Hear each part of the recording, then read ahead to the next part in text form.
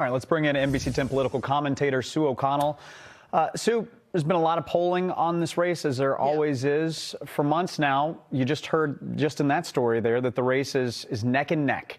Democrats see those polls, they get terrified. Republicans see the same polls, and it has made them very confident in a Trump win in a big way. Why is that? Well, Colton, I think because the Trump campaign is interested in what happens after the polls close, not the voting.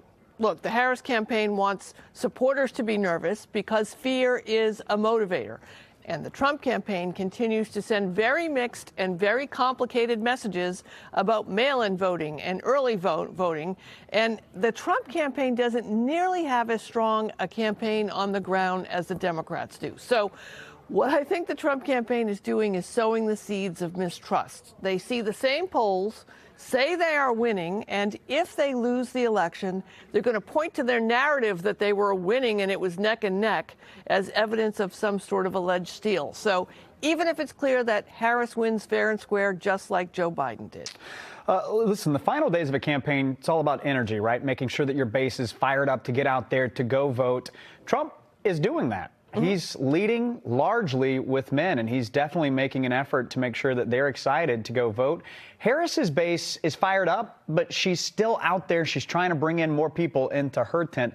You think that's a mistake? No, I don't think it's a mistake to try and bring more people in. Look, there's an old political saying, winning is about addition, not subtraction. And that's the opposite of what Trump is doing. Harris is running a very traditional campaign, even though the origin, obviously, of her candidacy is unique. Look, no campaign staffer or candidate wants to wake up the day after losing an election with money left in their campaign fund and data that shows they should have just reached out to one more voter or one more group. All right, I got one more for you this afternoon. I want to talk to you about Trump's Madison Square Garden event. He and his campaign, they're catching a lot of criticism for the racist jokes, the innuendos that were made there from the comedian. Here's the thing, right? None of this is exactly new for Trump, nor is it new for his supporters. So at this point, does criticism even land with his base, or does it make them even more excited to get out there and go vote for him? So, Colton, Corey Smith and I had Democratic Senator Elizabeth Warren in today, and we asked her what she thought the message was that Trump was trying to convey at the rally last night. Here's what she told us. We just saw last night this rally in New York that has all the trappings of the Nazi fascist rally from back in the 1930s. And the whole idea that Trump in the closing days, if it hadn't been clear before, has made it even clearer.